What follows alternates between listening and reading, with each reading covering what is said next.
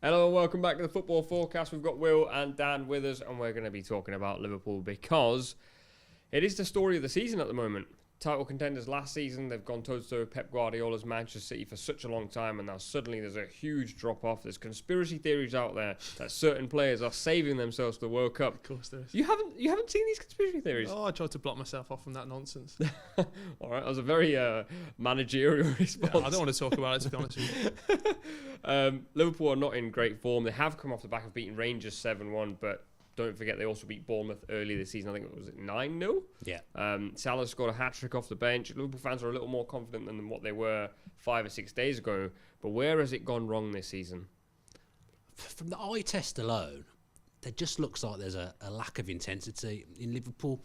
More so defensively, I would say. Players that have been really resolute and good for them defensively over the last few years.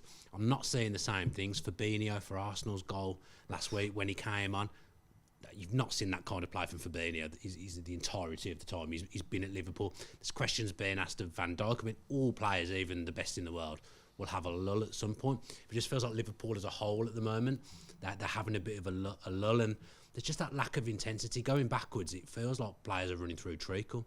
When I'm watching him, and he's never felt like that with Klopp's Liverpool at all. And he's at the 7-year point now with his Liverpool side. It's the same point in time that he got with that Dortmund side before he left. Now, Jurgen Klopp, this isn't me criticising him at all. I think everything he's done for Liverpool has been incredible. That should be his job for as long as he wants it. But they do look knackered.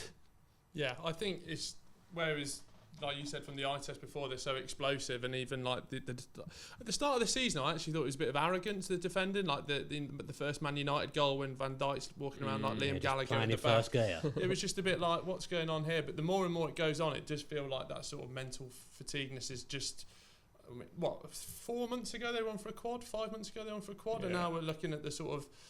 The same amount of wins as Villa, was it you were saying? Yeah, earlier? 2 wins. Yeah. Really? They've got 2 wins so far in the Premier League this season. I mean, that is a damning statement. That is not good. No, it's difficult for them because the injuries at the moment aren't going to help as well. Diaz is a massive miss because they've lost Mane already that could play on that left hand side. Losing Diaz as well, you lose that bit of explosiveness on the left hand side when Jota plays there or Carvalho. They're good players, but they can't do the same things that Mane and Diaz can do. So they've got problems. Liverpool are actually all over the pitch, and I think Klopp deserves some credit in the last few weeks because he's been labelled a bit rigid. Wouldn't change from a 4-3-3. They've gone to this 4-4-2 now. Salah came on against Rangers and played more centrally. I think there's actually. Not against Manchester City because I wouldn't play 4-4-2 against Manchester City. Just go for it. But I think there's a future with Salah playing a bit more centrally at the moment because I feel like the way Liverpool are at the moment, they've lost. Salah's getting lost in games on that right hand side. I think if you bring him in centrally, I think that just gets a bit more productivity out of him again. Getting a 6-minute hat trick's incredible against anyone. So I just think he has changed. He has tried to change things slightly over the last few weeks, Klopp. But there's still work to do. Where would you slide Núñez in though if you put in Salah more? Play 2 up top. Probably playing. Kind of that's what they're doing, isn't it? 4-4-2. Yeah, like Mike Well, Bassett. to be fair, it's actually more like a 4-2-4. Yeah. That's how it started against Arsenal. Yeah. The problem with a 4-2-4 is you've got Henderson and Thiago in midfield, and Thiago ran the game for 30 minutes, but he can't run it for 90 minutes. And Henderson just doesn't have the legs at the moment. And he's sort of getting forced to play minute after minute. And you can tell he's definitely flagging a little bit. So the 4-2-4 against City is not going to work. There's going to be holes everywhere. Man for man. Let's just go for it. You never know. Klopp might just go, let's roll the dice because we might lose anyway. So let's just go 4-2-4. I think it's the pressing. Liverpool have been a side. Depressing or the pressing? The pressing. Oh, sorry. It's both, to be It's fair. both, yeah. It's both. I think Liverpool are a side that press so high that it forces the team to either play long or play basically into Liverpool's hands. The back line steps up, and then all of a sudden the pitch is this big, and Liverpool have all the spaces where they want it. Now they can't press. It's almost as if they've forgotten how to press. And then what that allows the other team to do is just pass through the lines really easily. And then when you've got Fabinho playing the way he is, and Henderson running out of legs, and Thiago not fit all the time, all of a sudden now you've just got spaces. So I think people are going Van Dijk and the defence are an issue. But I think any centre-back in the world who gets left with no midfielder in front of him is going to struggle. Van Dijk's numbers don't look good, to be fair. Defensive duels attempted, stroke 1 this season, 71.2%, which is really... It's not Van Dijk, is it? Yeah, he's such a dominant defender. that you expect him to win more. My thing is, I actually think he's getting involved in duels way too much now. Like, you're seeing him go man for man with strikers. You're seeing him compete in a foot race with forwards. That's not really the Van Dijk or the Liverpool that we know. The back four's obviously got injuries as well. Trent's out, Matip's out as well. So I just think that Van Dijk's obviously just got that to deal with as well. So I just think it's going to be very tricky, this Manchester City game.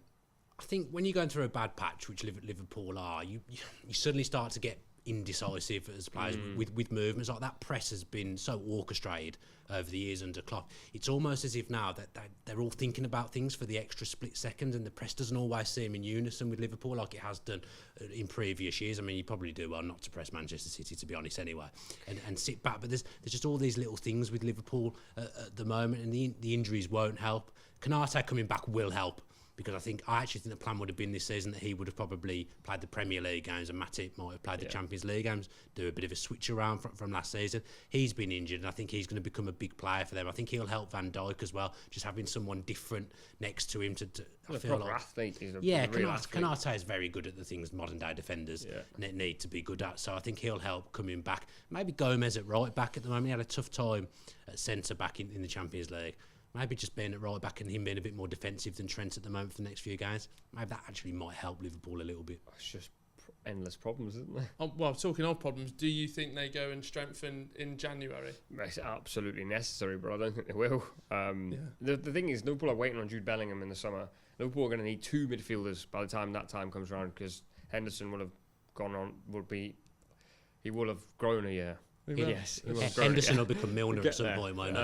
Then you've got Thiago, who's obviously injury prone. Naby Keita's out of contract. Ox is out of contract. So you do start to wonder a little bit, if they're going to spend 120 million or however much it is on Jude Bellingham, they're not going to have any money left over, and Jude won't be able to win you games on his own. So then you kind of go, you got to go and spend in January. If you don't spend in January, you're probably going to be left competing for the top 4. And it just seems so strange. I know we've spoken about it on here before, but like, I think it was clear to everyone that central midfield area was the area they needed to strengthen on, and they just didn't do it and brought in Darwin Núñez. The thing is, the transfer strategy for Liverpool has been foolproof up until now, where they've gone, we'll spend big on 1 or 2 players every summer in necessary roles, and if a player comes available and he costs more than we want to spend, we're not going to do it. So in that sense, you kind of go, I understand what they're doing, because they've gone and bought Darwin Núñez because they needed another forward, because Firmino was, to a lot of people, finished, but he's clearly not. No, back in business. In a way, you could say that's Darwin coming in has helped Firmino, because he's clearly gone like, I'm not leaving anytime soon. There's this new kid on the block. I'm going to compete. Do you not think that was an overspend, though? You know, talking about Liverpool. Unfortunately for Liverpool, this has coincided with the sporting director leaving. All this now, the questions being asked of him. But do you not think Núñez was a bit of an overspend? They'd have been better off spending that money on Bellingham, going the extra mile for Bellingham, because I actually think now they've got a problem with Bellingham, because his stock's even higher than they probably would have expected it to be at this point. Have to pay money. There's going to be pick up like 10%, 20, apparently, allegedly. Yeah. There's going to be other teams now who are seriously going to be looking at him the way Bellingham's performed in the Champions League. There's no guarantees for Liverpool with him now. Darwin, and I think you've seen it in the last 2 or 3 games, Darwin Núñez looks like the player that Liverpool bought. He's a great player, but I do think they overspent a little. No, it wasn't. No, like you say, they needed a forward. But you've said about Liverpool being careful with the money they won't spend, they won't overspend on players. It's me maybe playing devil's advocate a little bit, but you'd say they possibly overspent on Núñez, really. I mean, that one's, in my opinion, that's quite difficult to say, because in 3 years' time, if he gets 50 goals, you're kind of going, yeah, that's why we spent that much money, because in 3 years' time, strikers will be more expensive. They got Diaz for, I think, like 46 million or something, but there was a reason for that. That was like Porto said there was a reason. Darwin Núñez has just signed a new contract at Benfica. He's Benfica's star boy. It was kind of a given. United spent 80 million on Bruno Fernandes because Sporting Lisbon were like, he's our guy. So I think Liverpool, it's just a coincidence that Liverpool have had a bit of a dip in form, and then this spend on a striker hasn't worked immediately like the other signings, and now it's kind of like, well, there's a lot of things going on here. But you let us know in the comments, what is actually going on at Liverpool? Thanks so much for watching ESPN on YouTube, and for more sports highlights and analysis, be sure to download the ESPN app, and for premium content and live streaming, subscribe to ESPN Plus.